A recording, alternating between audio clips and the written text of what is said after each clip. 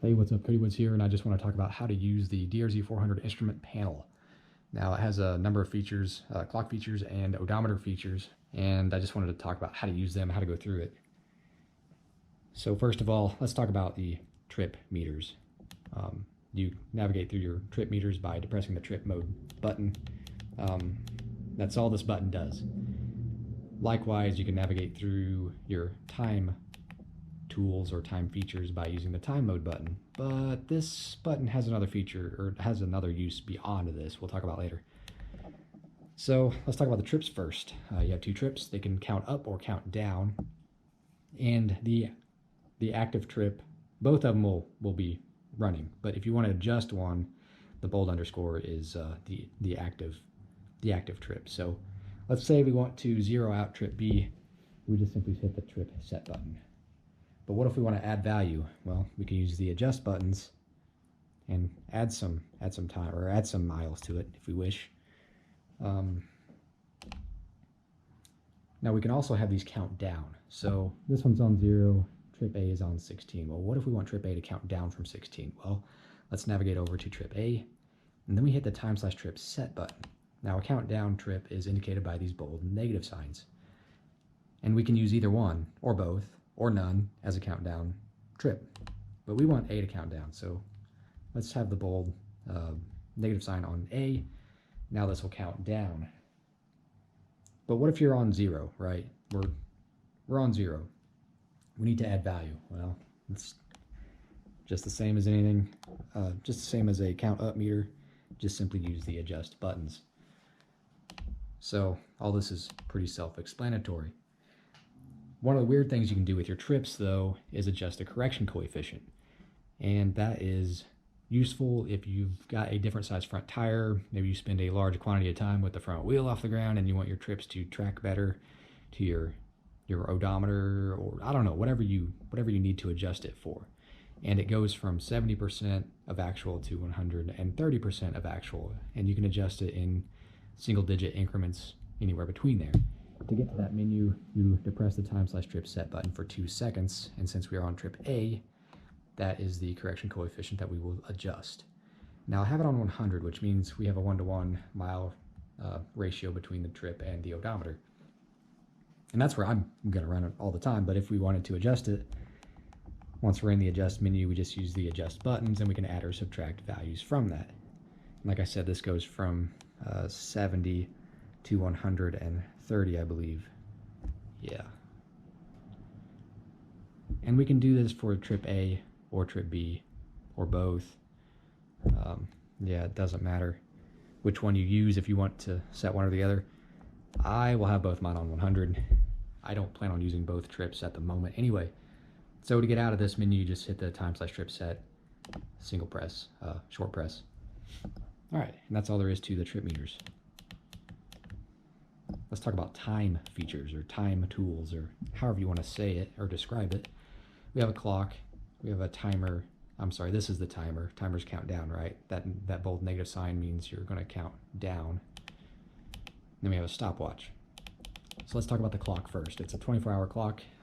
It's 6:35 in the evening for me now, but what if you want to adjust it? Well, this is where this button's useful again. You depress the time mode button for 2 seconds, and we enter adjust mode, and that's indicated by this bold line that comes in under the clock script on the screen. So now that we're here, we use the time/trip set button to navigate between seconds, minutes, and hours, and we just place it on the desired field and use the adjust buttons to add or decrease values as we need. Once you've got it where you want it, you hit the time mode button, short press once, and you see that bold underscore is negated, and we're good to go. We're out of adjust mode. Let's talk about the timer. Timer, you just navigate to the timer, or yeah, the stopwatch is what this is. I keep messing that up, but this counts up, so it's a stopwatch. In order to start it, hit time/trip set, just a short press, and you can see it starts to count up. You can stop it and start it again, and you can also navigate to other screens while it's running in the background, and this will only go to 24 hours. And I believe it'll stop. I didn't mention the trips only go to 999.9 before they return to 0. Okay, so what if we stop it and we want to zero it out? Well, the trip set button. Ha, I have messed this up. Okay. Actually, depressing the time/trip set will return it to 0 if you hold it for 2 seconds. Now, the trip set button is used in whenever you want to add values. So the trip set button actually puts it into adjust mode, and then you use the time/trip set button to navigate between seconds, hours, and minutes. So what if we want it to start 1 minute deep? Well, we can adjust it to the minutes field and give it a minute. We get out of this adjust mode by pressing the trip set button once, and then we can start counting up from 1 minute deep. Okay, so let's stop that and then clear it out the correct way. And that's all there is to it. Now, this is the timer. This we must add value to before we begin. And we do that by hitting the trip set button.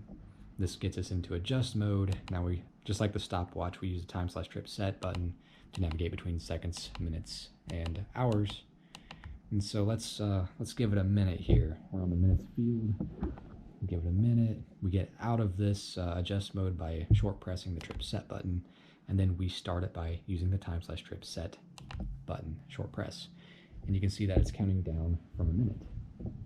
And you can start it and stop it, start it, navigate between time menus, and it continues to count down in the background. To clear it, you hit the time/trip set button for 2 seconds and it clears it out. That's really all there is to this instrument panel. It's really not too bad once you get the hang of it. I nearly forgot 2 very important things to mention about the instrument cluster. First of all, the odometer. Your total.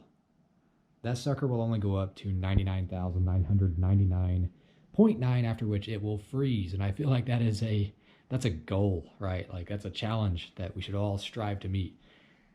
Outside of that, I didn't talk about the select button. What the heck does that do? Well, this one takes a little bit of force to press, but if you press it,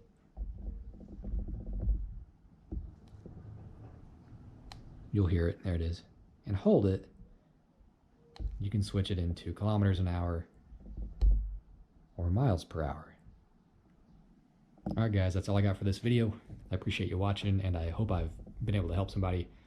I'll see you guys in the next video. Stay safe out there, all right?